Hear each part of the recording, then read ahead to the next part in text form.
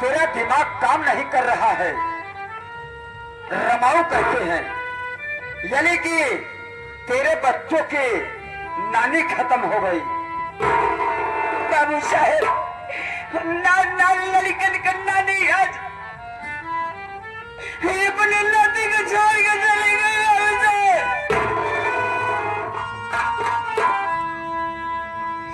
अपने लड़कन के लिए के जब ससुरारी जाई, लड़कन के ससुरारी ले आए जाई तो इतनी मैं करी रहा है कि पहुंचत माना हमारे लड़का का चट्टी उतार दे। तो किस लिए भाई? बाबू साहेब हम समझ न पाए कि लड़के पर चट्टिया उतार के क्या करी। जब चट्टी उतार दे तो लड़के को मूंगफली निकाल के कहा बेटवा नाती छुप छुप कही लिया। बिहारी लाल, अरे नानी और नाती का प्यार ही ऐसा होता है कि अगर अपने घर से नानी के दरवाजे पर गया है तो नानी का यह फर्ज है कि अपने नाती का देख रेख करे।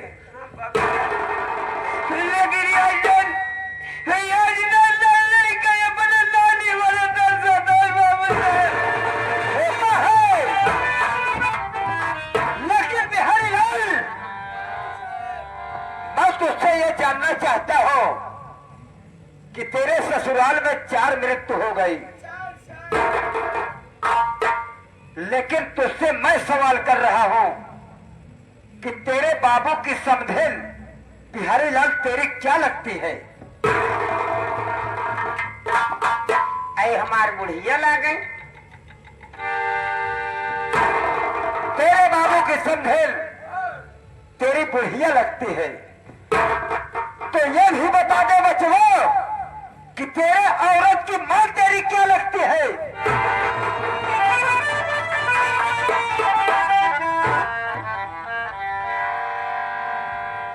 बिहारी लाल बता कि तेरे औरत की मां तेरी क्या लगती है? बाबू साहेब हमारे अम्मा ला गई। अम्मा, तो ये भी बता दे मुन्ना कि तेरी बुढ़िया तेरी क्या लगती है?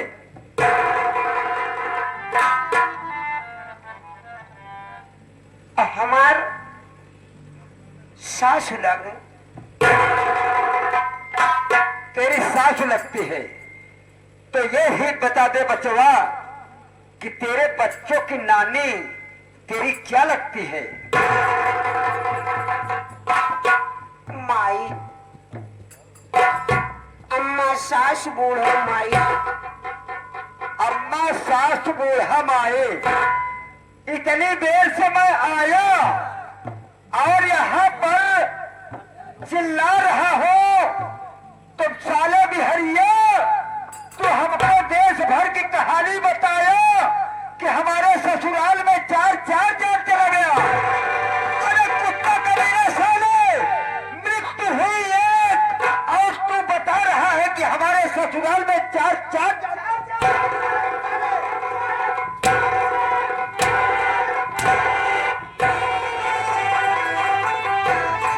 कुत्ता कमीने साले, तेरे ससुराल में जान गया एक और हमको बहका रहा है कि बाबू साहब हमारे ससुराल में 4 चांद चला गया। मुत्ती नाहिद के साथ है। चल सारे बिहारी लाल, देख तेरे ससुराल में मृत्यु एक हुई, मृत्यु एक हुई सिर्फ लोगों के बताने में और तेरे सुनने में फर्क है। किसी ने बता दिया कि तेरे बाबू की समधेन खत्म हो गई और किसी ने बता दिया कि तेरे औरत की मां खत्म हो गई और किसी ने बता दिया कि तेरी बुढ़िया खत्म हो गई और किसी ने बता दिया कि तेरे बच्चों की नानी खत्म हो गई। बिहारी लाल, इसका मतलब सिर्फ एक है।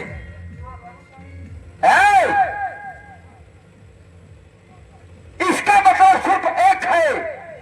तेरे सुनने में फर्क हो गया, तू अनफिट हो गया और तू समझ बैठा कि हमारे ससुराल में 4 मृत्यु हो गई। क्या बिहारी लाल, मैं तुझे अपना नौकर नहीं, तुझे अपना नौकर नहीं, बल्कि तुझे अपना छोटा भाई समझता हूं। इसलिए तेरी गलतियों पर ध्यान नहीं देता, लेकिन जब तू एंड बैंड सैंड बोलता है तो हमारा कंप्यूटर माइंड खराब हो जाता है। इसलिए हमारे हाथों से हंटर उठ जाते हैं। जब बिहारी लाल, तू जानता है कि मैं बिहार प्रांत से चल करके इस बलिया जिले के विनोदपुर गांव में कैसे आया, इस हवेली का कैसे मालिक बना,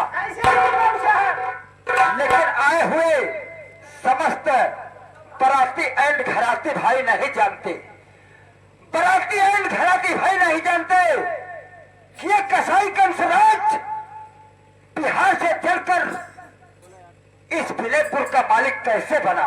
कैसे बाबू साहब, मैं चाहता हूं कि हमारी कहानी को आए हुए समस्त दर्शक बंधुओं से बता दे।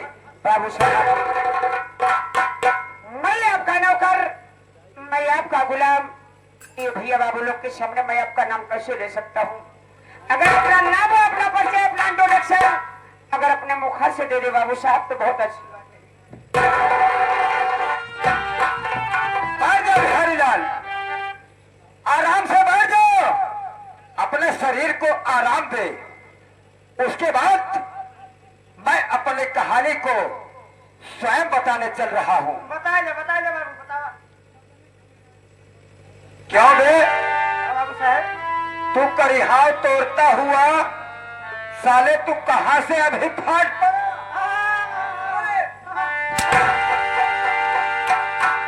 कहा था बे? बाबू साहब, आपके घर गृहस्थी में परेशान और साला आया तो हमारे सामने ऐसे करिहाव तोड़ रहा है। क्यों बे? बाबू साहब को लौंडिया समझ रखा है? हाँ? बाबू साहब को लौंडिया समझते हो? काहे को देह तोड़ रहे थे? लौंडिया ना है, लौंडिया ना है, बल्कि हम एकदम कमीना साले।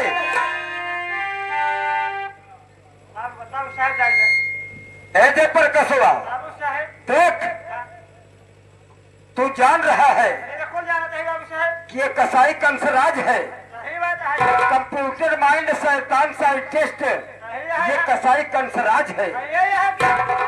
अगर हमारे सामने तुम दोनों भाई अगर तनिक भी एंड बैंड संड किए तो कसम खुले आसमान की, कसम खुले आसमान की, कसम मरे हुए आत्मा की और कसम भगवान भोलेनाथ की, ऐसा मार मारूंगा कि तुम दोनों मर जाओगे।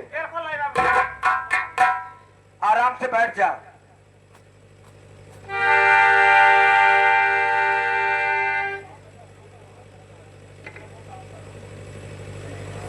हाँ तो साथियों, अब आप लोग संगीत के रास्ते पर चल चुके हैं। संगीत के माध्यम से मैं अपनी कहानी को बताने चल रहा हूं। आप लोग हमारी कहानी पर ध्यान दीजिए।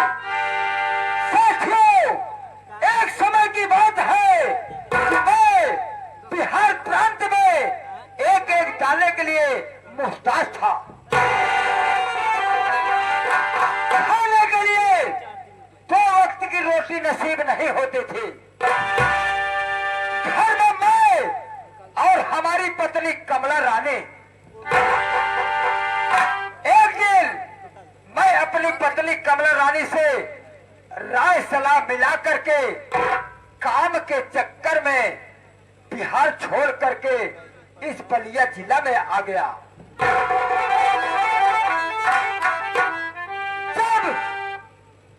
पूर्णिया जिले के विनयपुर गांव में आया तो हमारी नजर इस हवेली पर पड़ गई। हमारी नजर इस हवेली पर पड़ गई।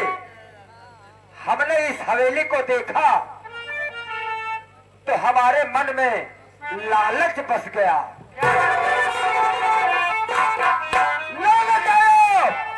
जयप्रकाश, हमने सोचा कि अगर इस हवेली का मैं मालिक होता तो कितनी अच्छी बात होती।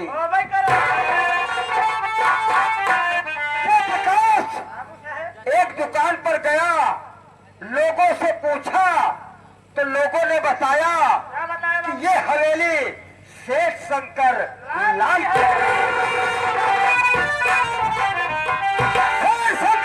है। और बताते बताते वो ये भी बता दिया कि शेर शंकर लाल इस दुनिया को छोड़कर उस दुनिया में चला गया है। जयप्रकाश, हमने सोचा कि लोहा गरम है, लोहा गरम है, क्यों ना चल करके हथौड़ा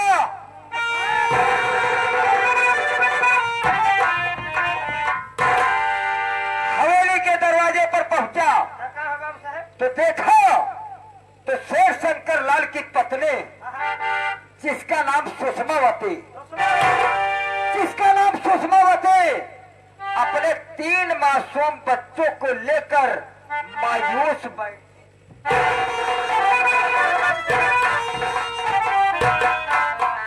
जयप्रकाश, हमने अपना कंप्यूटर माइंड चला दिया, अपना कंप्यूटर माइंड चला दिया।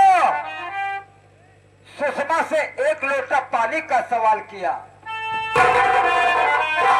सुषमा से 1 लोटा पानी का सवाल किया और मजबूर सुषमा हमारी चाल को समझ नहीं पाई। बच्चों को छोड़कर उठ करके हमें 1 लोटा पानी दिया। हमने पानी को पिया और अपनी प्यास को बुझाया। प्यास बुझाने के बाद अपने दिल की बात सुषमा से कह बैठा। सुषमा से हमने कहा कि जैसे तुम्हारा पति मर गया है उसी प्रकार से हमारी पत्नी मर गई है। अरे तुम बिन पति के हो और मैं बिन पत्नी का हूँ। अगर हमारी बात मानो, तुम हमें अपना पति स्वीकार कर लो तो मैं तुम्हारा पति बनकर तुम्हारे घर गृहस्थी का साथ साथ बच्चों का देख रेख अच्छे प्रकार से करूंगा। जयप्रकाश, मजबूर सुषमा हमारी चाल को समझ नहीं पाए। मजबूरी में वो अपना हमें पति स्वीकार कर लिया,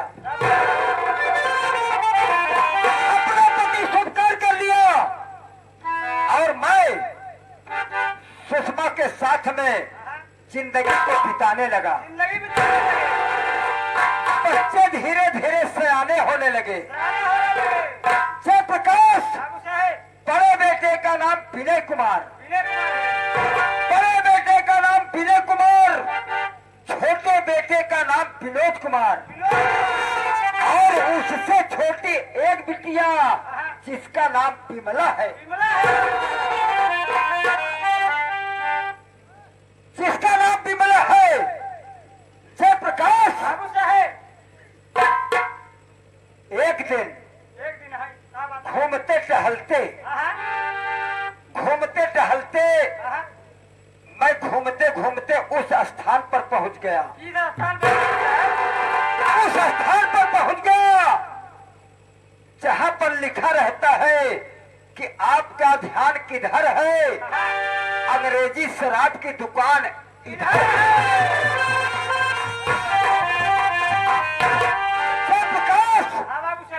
लोगों के साथ में मिल करके हमने शराब पीना चालू कर दिया।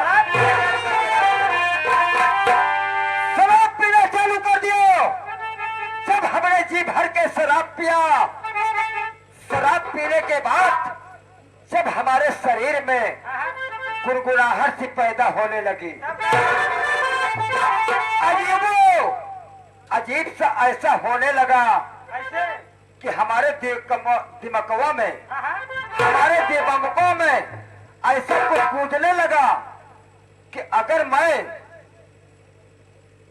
सुषमा के साथ में अपनी पूरी जिंदगी बिता दूंगा, अपनी पूरी जिंदगी बिता दूंगा, तो बिहार प्रांत की हमारी पत्नी कमला रानी बर्बाद हो जाएगी। जयप्रकाश उसी झोंक में पुनः ठीके के दरवाजे पर पहुंचा। ठीके के दरवाजे पर पहुंचा, एक आईबी का बोतल लिया और ढक्कन को खोला, बिना पानी के पीता हुआ, झूमता हुआ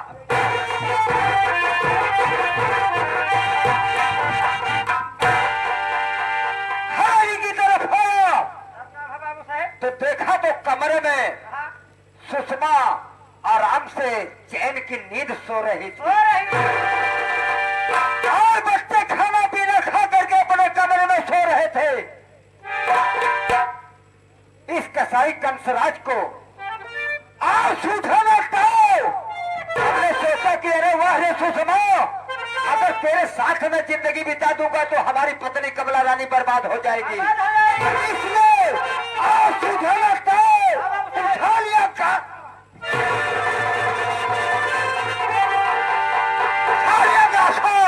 और आज सूझा लगता है, सोती हुई सुषमा के शरीर पे मेरा सा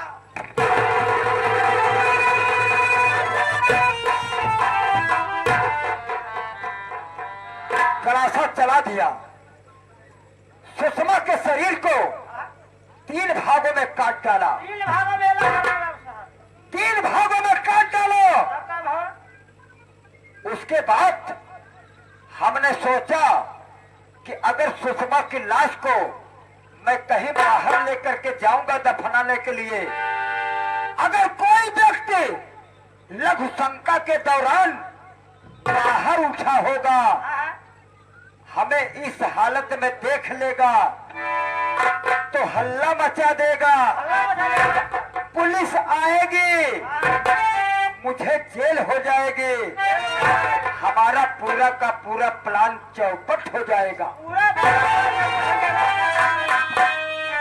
इसलिए जयप्रकाश हमने रातों रात इसी हवेली के आंगन में कब्र को खोदा, कब्र को खोदा और सुषमा की लाश को दफना दिया। दफनाने के बाद फर्श को पक्का कर दिया। आज तक किसी को पता नहीं चला। जयप्रकाश सुबह हुआ, बच्चे जागे, माँ माँ कह करके चिल्लाने लगे, माँ माँ कह करके चिल्लाने लगे और मैं भी बच्चों के ताल में ताल मिला करके सुषमा सुषमा कह करके चिल्लाने लगा। जयप्रकाश हमने बच्चों को बहलाया फुसलाया, उनसे कहा कि बेटा तुम्हारी माँ को हम लोगों का प्यार मंजूर नहीं था, इसलिए तुम्हारी माँ हम लोगों को छोड़कर कहीं दूसरे जगह भाग गई। हफ्ते 10 दिन बच्चों को बहलाया फुसलाया। हमने कहा कि बेटा घबराओ नहीं, तुम्हारी परवरिश के लिए हम तुम्हारे लिए दूसरी माँ लाएंगे। बच्चे पढ़ रहे थे और जैसे ही मौका पाया मैं बिहार गया, अपनी पत्नी कमला रानी को लाया, इस हवेली में सौतेली माँ के रूप में विराज।